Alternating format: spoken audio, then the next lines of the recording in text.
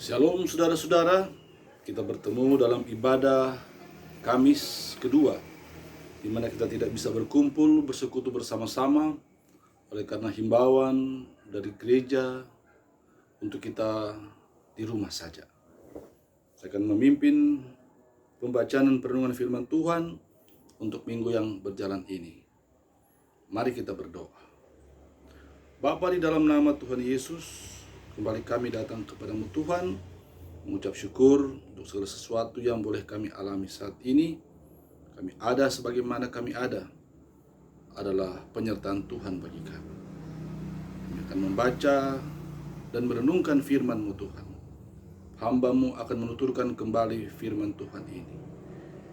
Ini adalah firman yang berasal daripadamu Tuhan. Diberkatilah hamba-Mu ini. Berkatilah yang mendengarkannya Tuhan. Diberkati oleh Tuhan.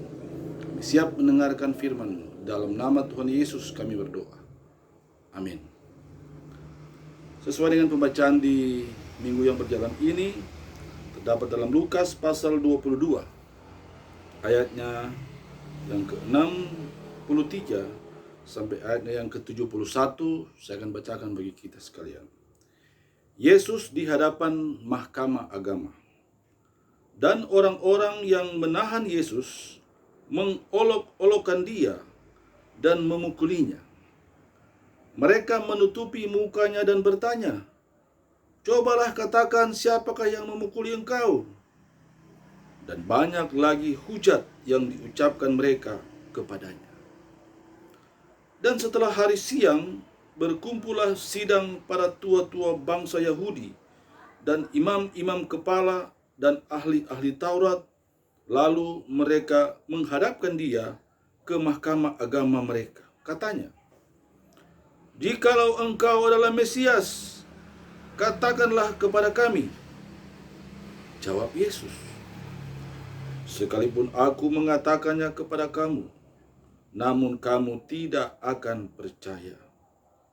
Dan sekalipun aku bertanya sesuatu kepada kamu, namun kamu tidak akan menjawab.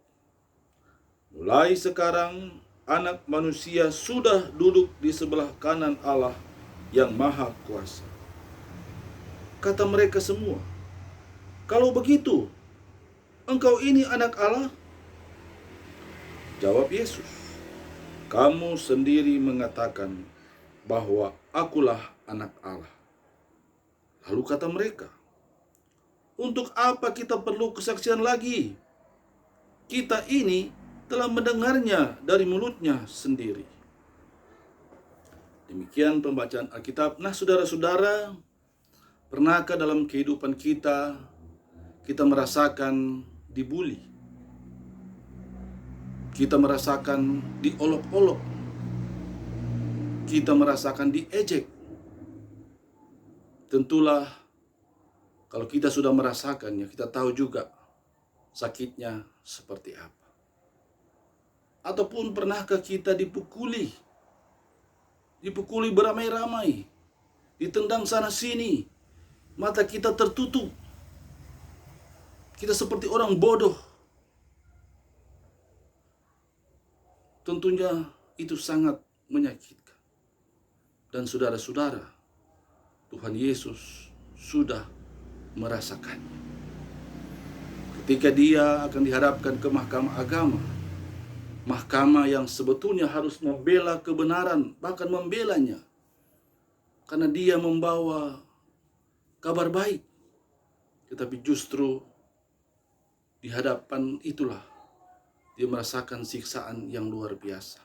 Sakit hati, sakit batin, bahkan raganya pun disakiti dengan tidak semena-mena, seperti penjahat kotor saja. Tuhan Yesus sudah merasakannya. Nah, saudara-saudara, membuat kesaksian bagi kita semua bahwa apapun yang kita alami di dunia ini, seberapa sakit pun kita alami, ketika kita datang kepada Tuhan Yesus, kita sudah tidak menyaksikannya lagi. Mengapa? Karena dia sudah merasakannya. Dia tahu persis bagaimana difitnah, Dia tahu persis bagaimana kita di ketidakadilan yang akan kita rasakan di dunia ini. Dia tahu persis sakit itu seperti apa. Sehingga kalau kita datang kepadanya, pastilah kita datang pada seorang atau sosok yang tepat. Karena dia sudah tahu persis. Dia sudah memahami kesakitan kita. Karena dia sudah pernah merasakan. Saudara-saudara, apapun pergumulan kehidupan kita, datanglah kepadanya. Dia adalah Tuhan yang mengerti seperti apa sakit itu. Dia adalah Tuhan yang sangat memahami pergumulan di dunia ini. Karena dia pernah datang sebagai manusia dan dia mengalaminya. Sehingga ketika kita datang kepadanya, dia pasti akan mengobatinya. Karena dia tahu sakit itu seperti apa. Nah, saudara-saudara yang diberkati Tuhan, begitupun pengalaman kehidupan kita akan menjadikan kita lebih tahu dan lebih dewasa ketika kita mengalaminya. Seperti yang saat ini kita alami, ketika kita tidak bisa ke gereja, ketika kita tidak bisa berkumpul, bersekutu, beribadah bersama-sama. Kita disuruh menjaga jarak, kita disuruh untuk menjaga kebersihan, kita diperintahkan untuk berhati-hati, waspada terhadap penyakit virus corona yang sedang merajalela saat ini. Saudara-saudara, bahwa itu ternyata pastilah menjadikan pengalaman hidup yang dipakai Tuhan untuk kebaikan kita. Kita tahu bersama Roma 8 ayat 28. Allah turut bekerja dari segala sesuatu untuk mendatangkan kebaikan bagi kita. Maka pengalaman kehidupan saat ini, kita harus menghadapi pandemi virus corona. Juga dipakai Tuhan untuk memberi latihan bagi kita. Kita dilatih untuk waspada. Artinya kita dilatih untuk berjaga-jaga. Kita kembali ke rumah kita masing-masing. Lebih mendekatkan diri secara pribadi dengan Tuhan. Kita mengandalkan Tuhan saja. Tidak mengandalkan pendeta, tidak mengandalkan hal yang lain. Tapi kita mengandalkan Tuhan secara pribadi di dalam kehidupan kita. Membuat kita lebih dekat dengan Tuhan. Dan kita dilatih untuk berjaga-jaga.